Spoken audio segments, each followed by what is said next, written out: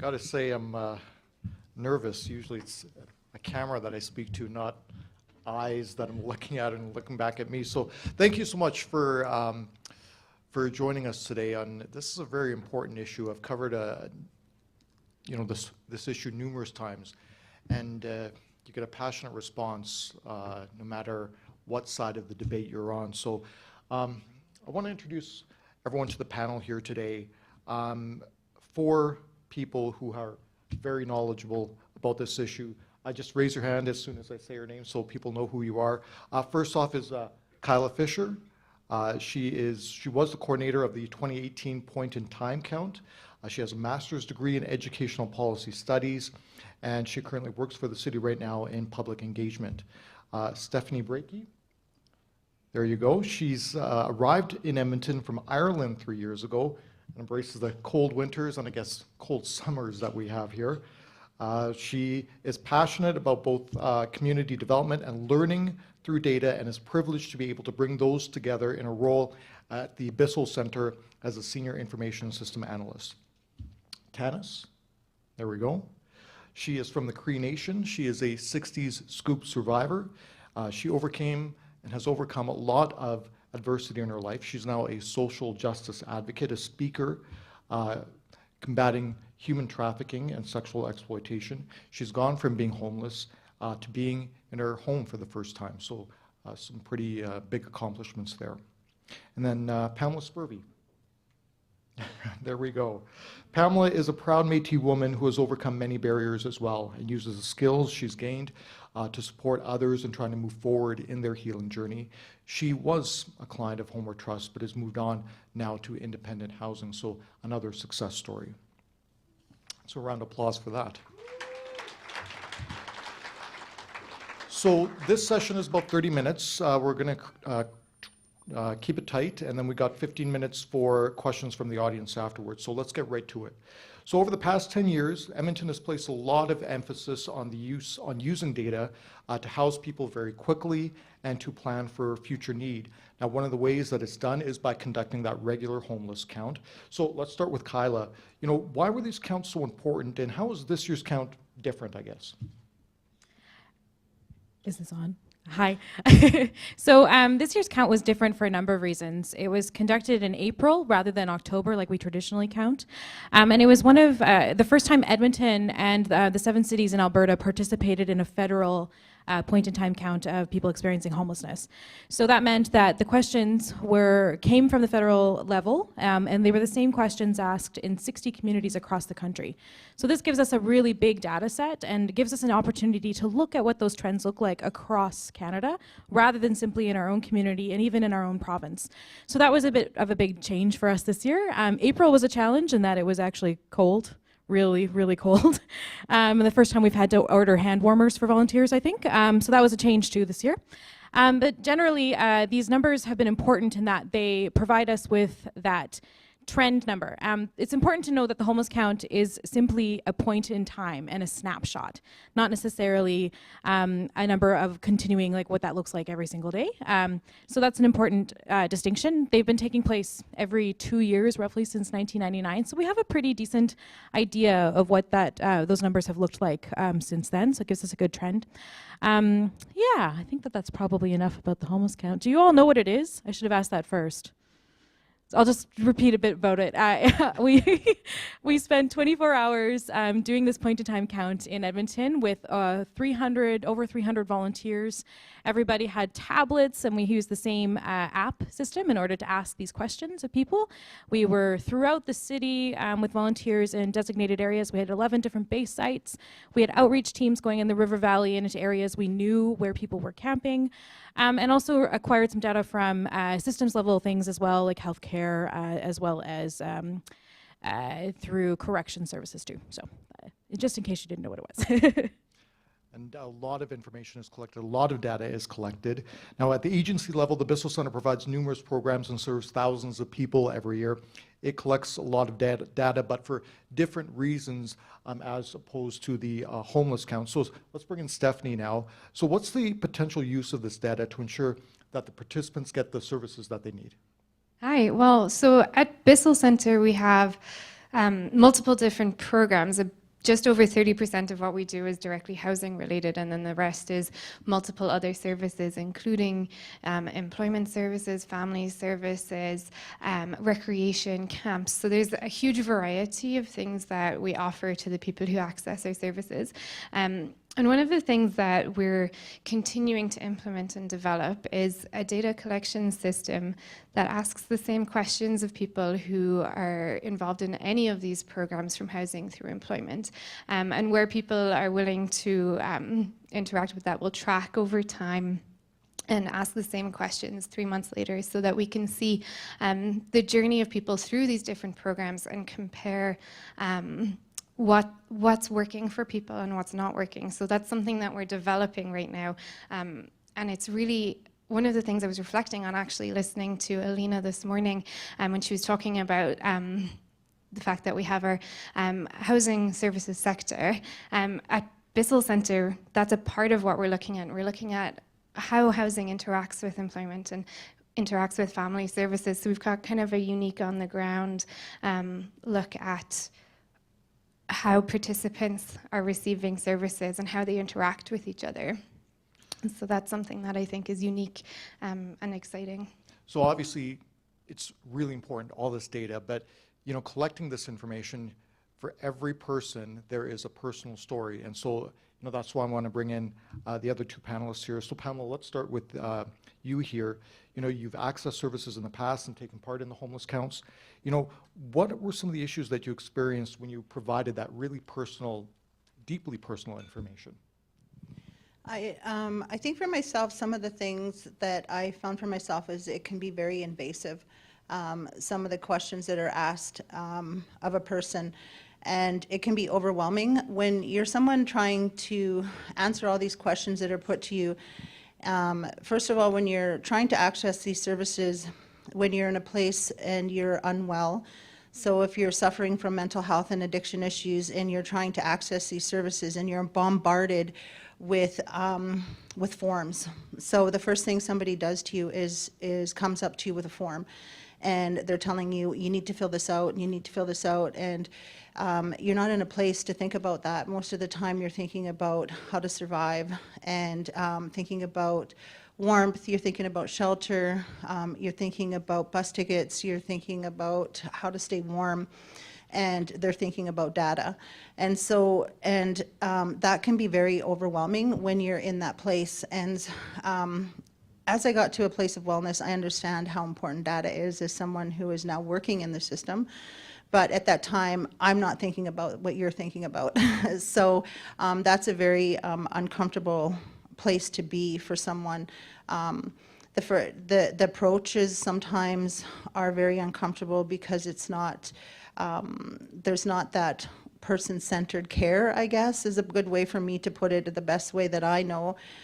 So sometimes, it's not explained to me why they're asking all that questions, where the data is going, what is it for. That's not explained at all, and it's just they're there to collect that information. So that can be really overwhelming when somebody is not, when they're not thinking about those things. Tanis, can we get your thoughts? I mean, can things be done differently? Would you like to see an emphasis in one area, a de-emphasis in another?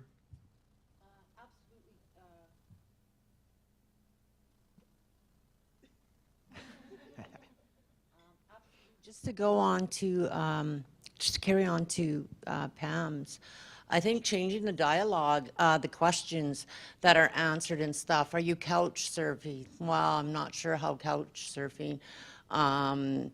I mean, if I'm couch surfing, I'm homeless. I'm still homeless, even if I'm couch surfing. Some of the questions in the dialogues, I also found it, it brings up shame. It brings up lack of self-worth, right? Because I remember when I had the count come up to me, there was a couple of people that were on the street, yet they directly went to me. And I felt that because I was Native, that they were coming up to me. And then again, the intrusive questions that really didn't, it felt like there was a separation of, obviously, whoever was making seemed to feel like the people that were making the questions weren't people who had actually experienced the homelessness. So there was a bit of disconnect there. Yeah. Go ahead. I will say, I think we were talking about this the other day too. It would be really neat again to make it a little more personal. I know one of my friends he had been homeless and he actually went and volunteered. And I think that's a great idea to have people who have been homeless before go out into it, because we kind of acknowledge and know each other. And it was really neat for him, he said, to be on this side, to be going and asking things. But the biggest thing for him was that people could see a change, that it was possible, because they seen him in this position now giving back, right? So can we get the other members of the panel? I guess Pamela, will start with you, and then elsewhere, what else can be done to make this a much more positive experience so all sides kind of feel that they're contributing?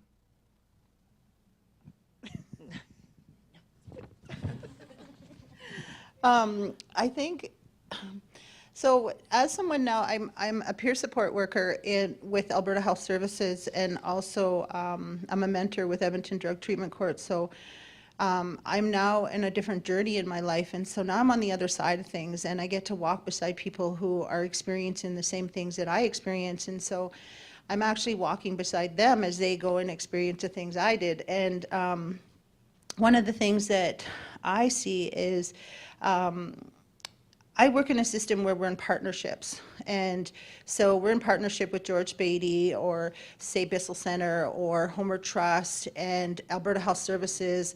And so people, it's great that we go and house them. And so when we get them housed, we all need them to fill out forms still.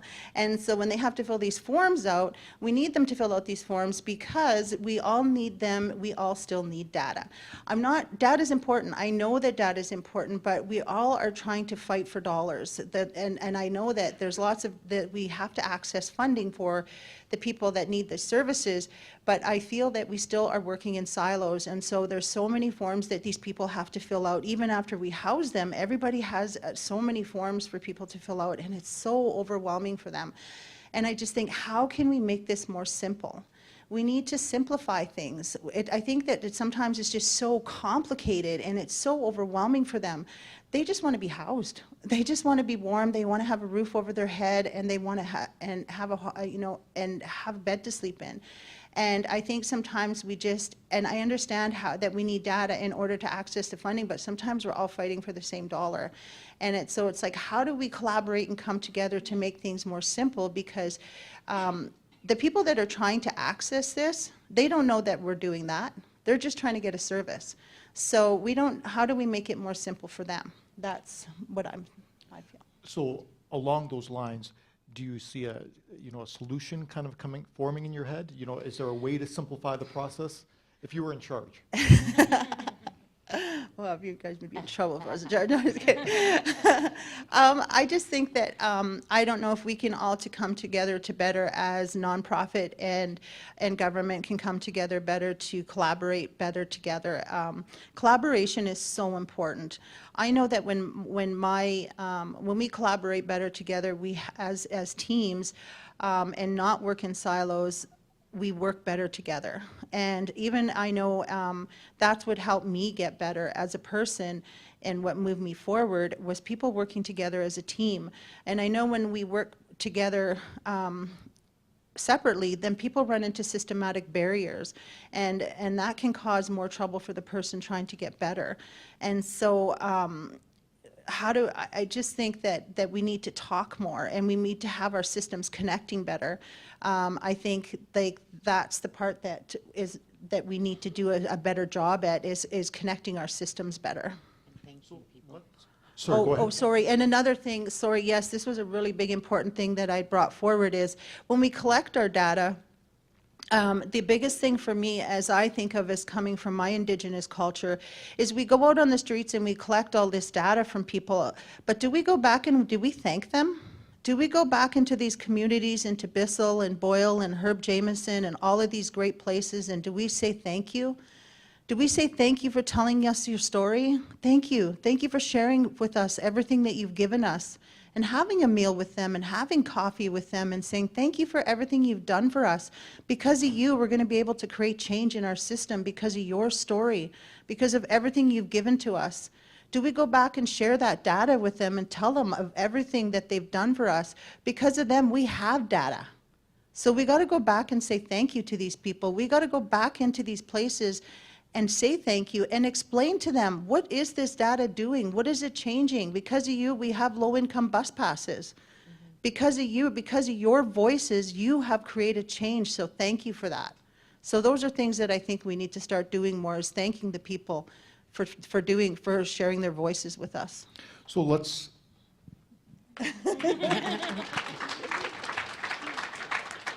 get some reaction from the, I call it the book end of the group here. You know, on the administrative side, you know, you're hearing the concerns, you're hearing some, I guess, potential solutions. Let's start with you. You know, what do you think? So with the count, some of the things we've tried to do is, with our volunteer training, is to have people who have maybe never had a conversation with someone who's experiencing homelessness and give them tools to have a more human interaction, I think is probably the best way to frame it, and not just data driven. It's very difficult given the nature of the questions that we're asking and how we actually do that. And we've also gone to the participant advisory committees for their feedback on questions and how to approach the conversations. I think we still can do a much better job. And I think that with, I think what Pamela was saying about thanking people, that's something we, with the count especially, should be doing, just given the numbers of people that we've had that interaction with. And also the number of volunteers too that have gone out to the community and participated. So I think that that's a really good takeaway for us as people who are coordinating those efforts. Stephanie? Absolutely. Oh, is this right? Yes. Oh, this is great. I agree with everything we've just heard. And one of the things at Bissell Centre that we've been doing is reflecting, and we actually took some time to have community conversations about consent and privacy and data governance and how we do that at Bissell Centre. And I think it's a learning journey, and I'm actually really glad to be able to talk with Pamela and Tanis and Kyla about this. So one of the things we did with the conversations about consent and privacy and data governance was invited people back for lunch to discuss the findings of it. And one person came back, and that was really fantastic to be able to have that conversation with them and continue that dialogue around this is what we found in the workshops. Does it make sense? And do you want to continue on this journey? We're having a conversation at Bissell Centre right now about creating a stakeholder group that will guide the data work that we do. One of the things that we talk about is how it takes time to go back and say thank you, how it takes time to have a lunch, or it takes time to engage with people. And we think that that's time that is necessary and is essential and is an investment in terms of that relationship, and is really key to working well with data and making sure that, because as Pamela was saying, the data is about the people who are in the data set. So sometimes when I'm doing analysis in my office, I think, okay, this many people are represented here, and you know, just take a moment to step back and say, who are these people or whatnot. So I think it's remembering it's not this number 200 that's popping up on my screen. This is 200 individuals, and it's 200 people, not just a number. I want to go back, just before we head to the Q&A, I want to go back to Tanis. You mentioned something that kind of stood out for me, a homeless volunteer to be part of the count. Can you expand upon that? What do you think that would achieve, and do you think it would result in better results? I absolutely do think it would. I think both are needed, absolutely, you know, and again, in a partnership, working together. I know that was what was quite interesting for him was, and the gentleman he was doing it with was, the guy was like, oh my gosh, you like know everybody, and everybody's talking to you, and they're telling you things. Nobody's told me anything. And so then there's this bridge being built, right? And I think also too, you know, when you're going out and you're doing a stats, and one of the things I can remember thinking is, oh God, there's those homeless guys doing the test, right? Go the other way, right? You know, because now I'm standing in front of you, so now it's assumed that I'm homeless. Well, I already know I'm homeless. Now you want stats that I'm homeless, but how about, hey, how about giving me a home? right? You know, instead of taking stats on me being homeless, how about tell me and show me how I can get a home? I had this one idea where someone had said that they were handing out cards or papers with 211. Well, if you're on the street, I'm sorry, those papers are not going to be used in the way that they're probably supposed to be used. Let's just say that. And I had an idea like, a bracelet, those plastic bracelets, right? A design on the back, but you flip it in and it has a number, one number. You know what, if you need more help, if you want more help, and some call this number, this is when the umbrella, all agencies working together, right? And will help you start that process. Yeah, very interesting. So, a very complex issue, collecting data. So we heard about some of the concerns, we heard some solutions, so I guess we solved all the problems then, right? So, no, definitely not. So let's go to some Q&A. Is there a mic, or are people just, yes. So if you have a question, please raise your hand.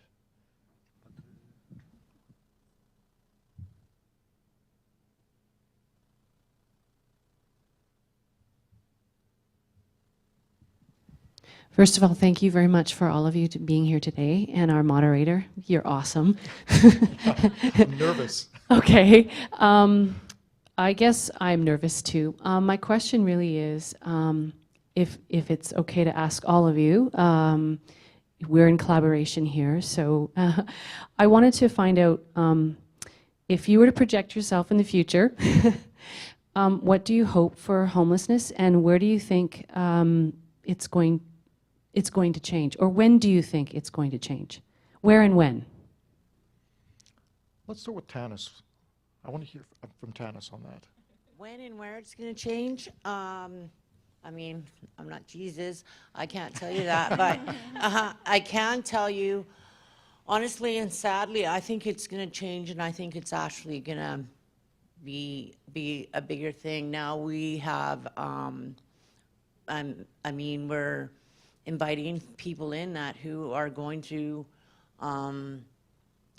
that have lost their place of home and stuff, and we're opening the door. So I think I would love to say it's not something that's going to go away right away. I know that there was a 10-year plan, and I think we're in the 9th year of that plan, and clearly we're still here taking stats.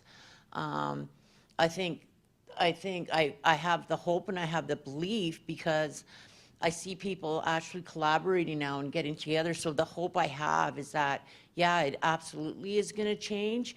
And as working together collectively, everyone, like I said, I'm really hopeful. I don't understand how we have so much money in this city, but it's not being allocated to the housing, and not just to the housing, but what's making them homeless, right? Let's deal with the problem, not just what's happening at the end, right? So I guess I probably wasn't the best person to ask that question, but I do have hope, and I believe things are changing. I believe a momentum is going to start to happen, and we're going to start to see these houses and places and open up in this house.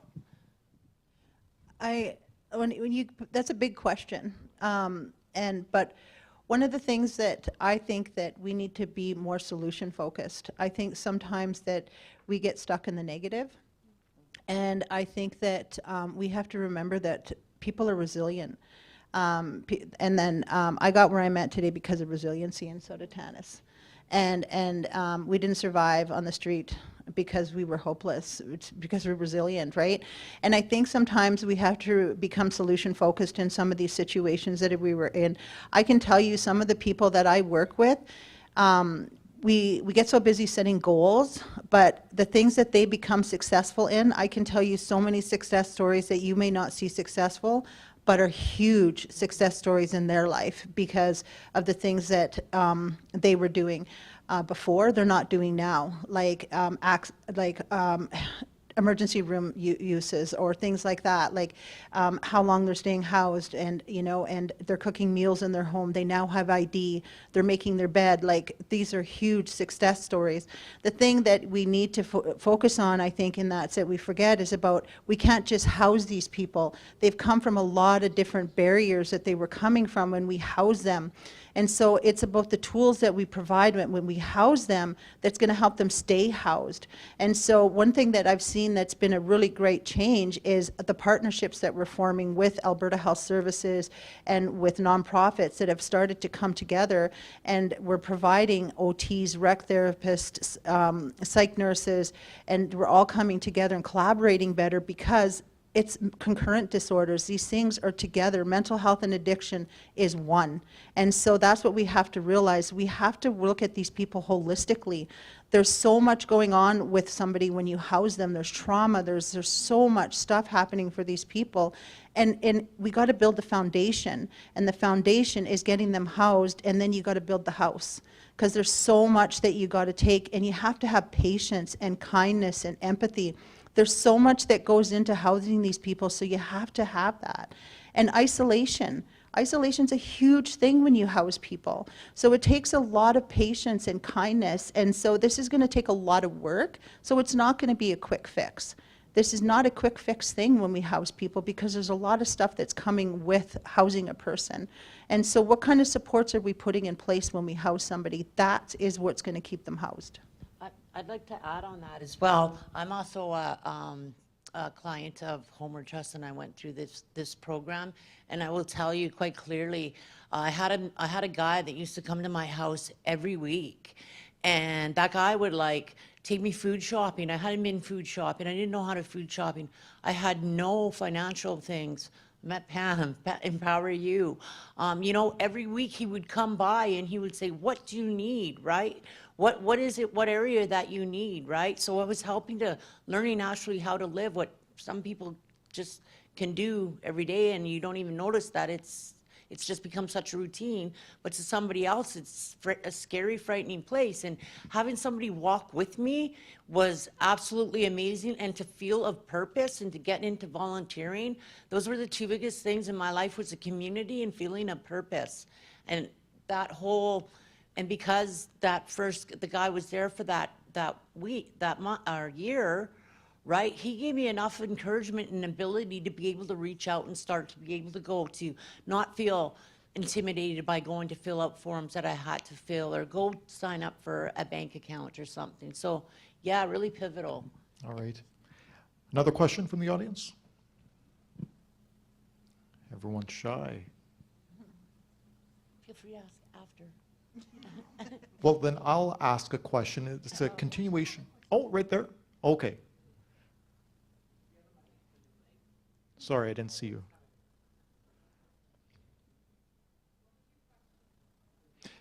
My question was a continuation of your question. I wanted the ends to answer the. Hi. Oh, there I am. Ooh. I just wanted to say, no, my name thing is bad, but the whole idea of thanking people for their information, to me that just kind of struck me a lot. I work for the provincial government. I see numbers. I hardly ever see people, but I do value the contribution, and I hope, you know, and I understand the pain of like many forms, but there's also, we learn so much, and yeah, it's a shame we can't pull it together faster, but I guess one day we'll figure it out. Anyway, I just want to say thank you for reminding us how valuable your contributions are for helping us do better work. Thanks. Anyone care to respond to that?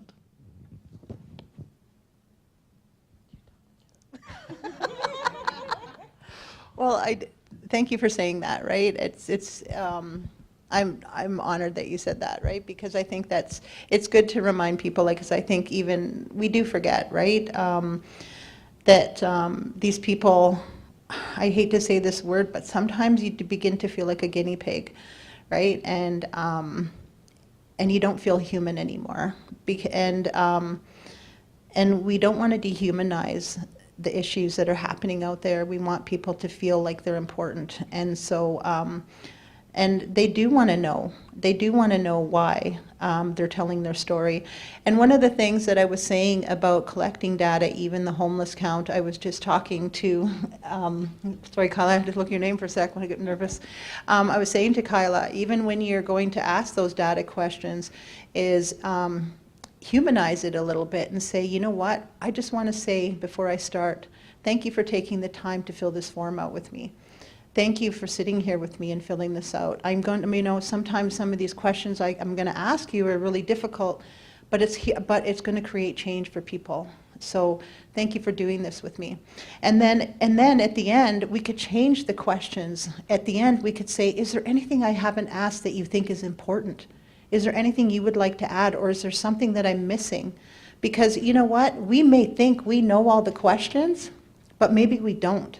Maybe there's something we're missing, and are we asking the right questions? What data should we be collecting, right? We think we know what we need to ask, but maybe if we ask that one last question at the end, we might be finding out what we're missing.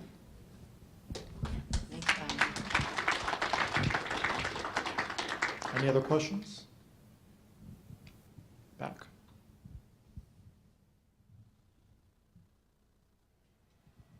I guess this is for Kyla and Stephanie.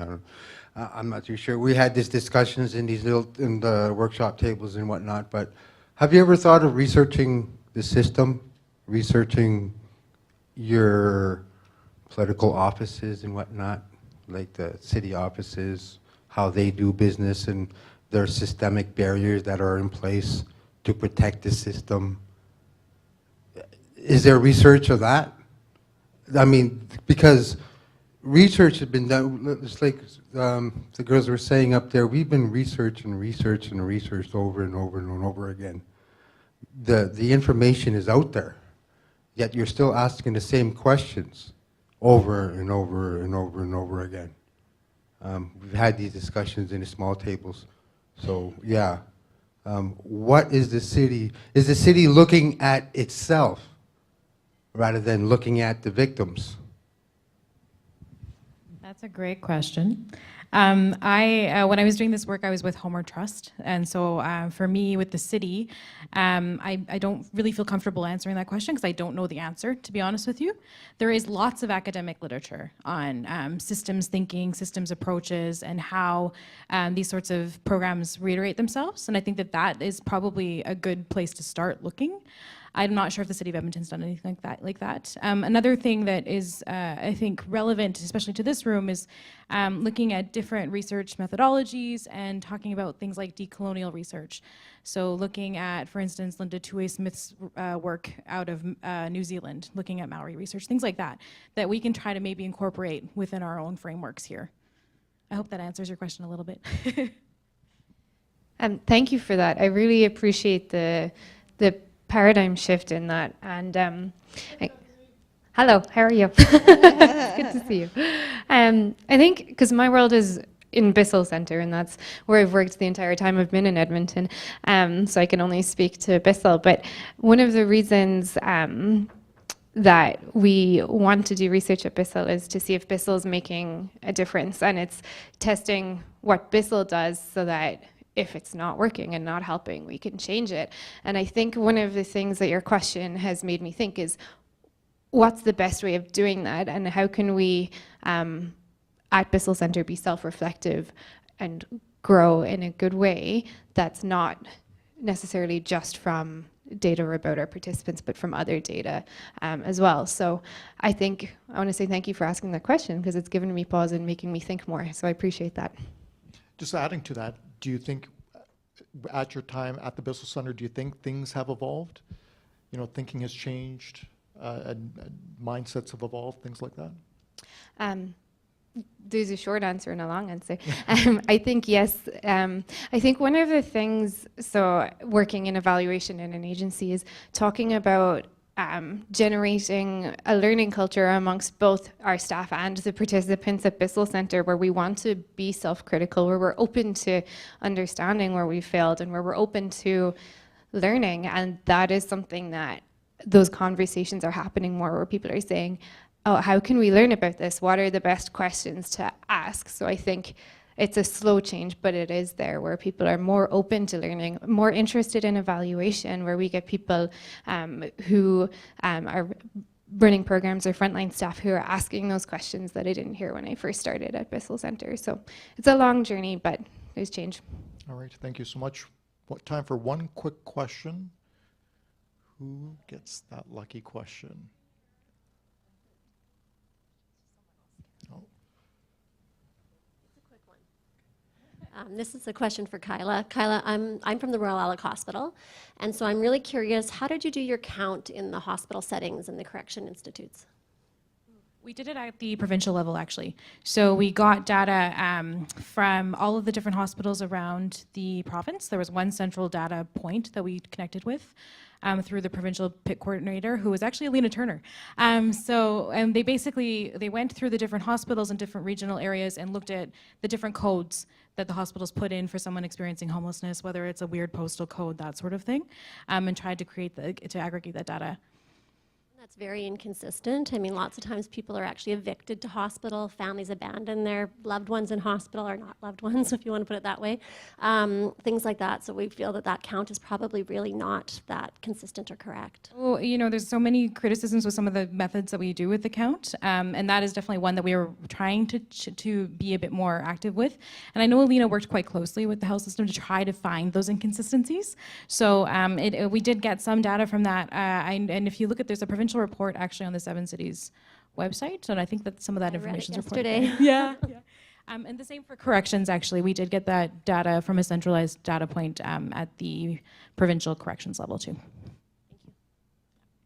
all right, thank you so much, everyone. Really good questions, really good debate, and I hope everyone learned something today and continues to ask questions and holds the entire system to account, because that's the way we learn. So thank you so much, and thank you to everyone on the panel here.